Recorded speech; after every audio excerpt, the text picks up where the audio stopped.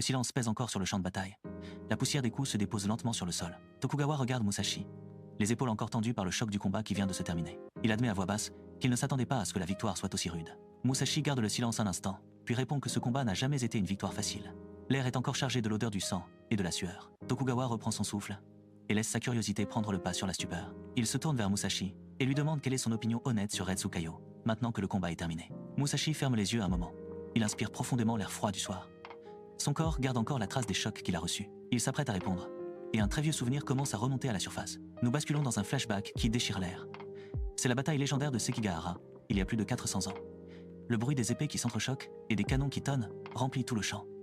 Musashi n'a que 10 à 7 ans. Il erre au milieu des cadavres qui jonchent le sol. Les soldats voient un adolescent seul et sans armes. Ils le prennent pour une proie facile, il rit et le défie de s'approcher. Il crie des insultes et avance lentement, les lames tirées. Le jeune Musashi ne bouge pas. Il attend que le premier soldat soit à portée. Il saisit le bras du premier homme qui l'attaque. Il le tire vers lui. Le craquement de l'os qui se brise résonne au milieu du chaos. Il arrache l'épée des mains du soldat qui tombe. Un deuxième homme charge. Il l'abat d'un coup sec, sans trembler. Les autres soldats arrêtent de rire. Leur rire se transforme en cri de terreur. Ils chargent tous ensemble, les lances pointées vers lui. Le jeune Musashi avance au milieu d'eux. Chaque mouvement de son épée envoie un homme au sol. Le sang coule sur le sol boueux, les cris se mélangent au bruit du vent. Musashi les a tous mis à terre, avant que la fumée ne se disperse. Musashi rouvre les yeux, le regard toujours ancré dans le souvenir du champ de bataille. Il reprend la parole, et sa voix ne tremble pas. Il explique à Tokugawa que son combat contre Retsu n'était pas un duel entre deux hommes.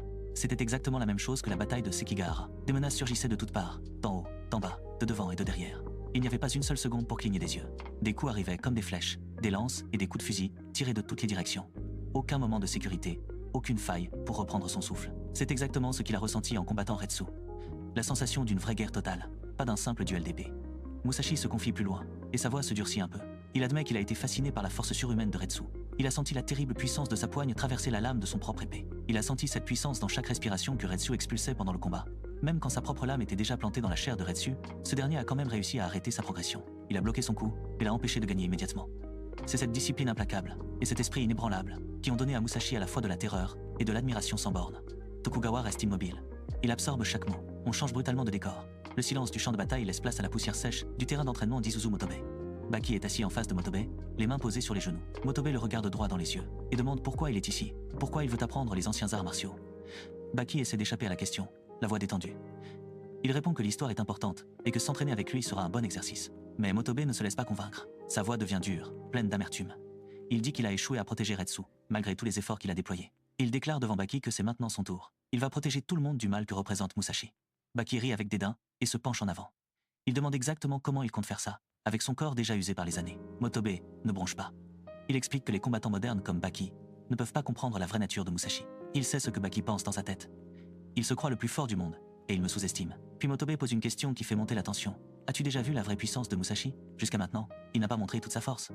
Ah, il a prolongé le combat contre Retsu seulement pour apprendre les styles de combat modernes. Et Retsu n'était pas assez fort pour le faire faire la moindre erreur. Baki se met en colère. Il se lève d'un bond et défie Motobe de prouver ce qu'il dit. Soudain, Motobe jette une bombe de fumée faite maison. La fumée envahit toute la pièce en une seconde. Baki ne voit plus rien. Quelque chose de froid se pose sur sa gorge. Motobe a disparu devant lui et réapparu derrière lui, un couteau à la main. Motobe explique que c'est exactement la stratégie que Musashi maîtrise parfaitement. Seul lui peut battre Musashi, parce que Baki, son père, et Shibukawa n'ont jamais appris ce type de combat. Des pas lourds et réguliers résonnent dans le couloir. La porte s'ouvre en grand. Shinzo Otusami, directeur de la sécurité générale, entre la tête haute. Il se tient droit devant Tokugawa et Musashi, un parchemin cacheté dans la main.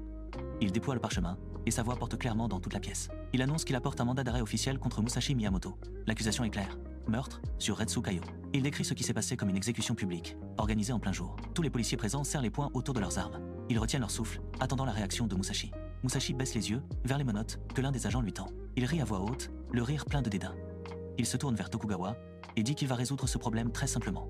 Il tend les deux poings vers les agents. Les agents lui posent les menottes autour des poignets, le métal froid mord la peau. Musashi contracte les muscles. Un coup sec. Le craquement du métal résonne dans la pièce. Les menottes tombent en morceaux sur le sol. Tous les policiers reculent d'un pas, les yeux écarquillés. Musashi croise les bras devant la poitrine. Il annonce qu'il accepte de venir avec eux. Il dit que ce sera une nouvelle expérience scientifique pour lui, une occasion de découvrir comment fonctionne le monde moderne. Les agents osent à peine bouger. L'accord est signé. Musashi doit affronter le champion de kendo pour gagner sa liberté. Le trajet commence. La voiture s'arrête devant la salle de combat. Les portes s'ouvrent. Musashi descend le premier, les mains dans le dos. Les policiers le suivent, les yeux rivés sur ses mouvements. À l'intérieur, Miyo attend assis sur un banc.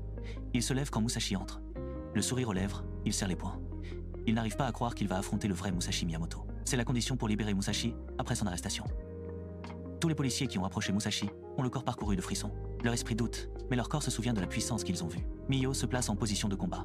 Son épée de bambou est levée right devant lui. Il explique que le kendo se caractérise par une vitesse folle, qui dépasse la vitesse de l'œil humain. Il regarde Musashi et lui dit qu'il n'est qu'un amateur dans le combat au bambou.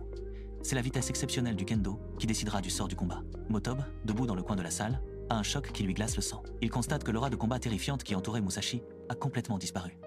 Il ne reste qu'un vide absolu qui aspire toute l'air de la salle. Miyo perd sa concentration d'un coup. Ses genoux commencent à trembler. Il ne comprend pas ce qui lui arrive. Il ne peut plus fixer Musashi du regard. Soudain, Musashi fait un mouvement que personne n'attendait. Il disparaît comme par magie de sa position initiale. Un coup sec résonne. Le craquement du bambou déchire le silence. L'épée de bois casse en deux moitiés qui volent en l'air. Miyo pousse un cri étouffé et tombe en arrière sur le sol. Tous les policiers, tous les spectateurs restent bouche bée. Le silence règne toujours sur la salle après le combat. Musashi reste debout devant Miyo tombé et regarde les deux moitiés de l'épée de bambou qui gisent sur le sol. Il fait une remarque glaciale. L'épée est bien fabriquée. Il se tourne vers Otusami et sa voix est pleine de déception. Il dit qu'il s'attendait à mieux que ça. Il commence à se demander si ce qu'il vient de faire peut vraiment être appelé un combat. Otusami pense à l'accord passé. Il s'apprête à dire à Musashi qu'il peut partir, sa mission est terminée.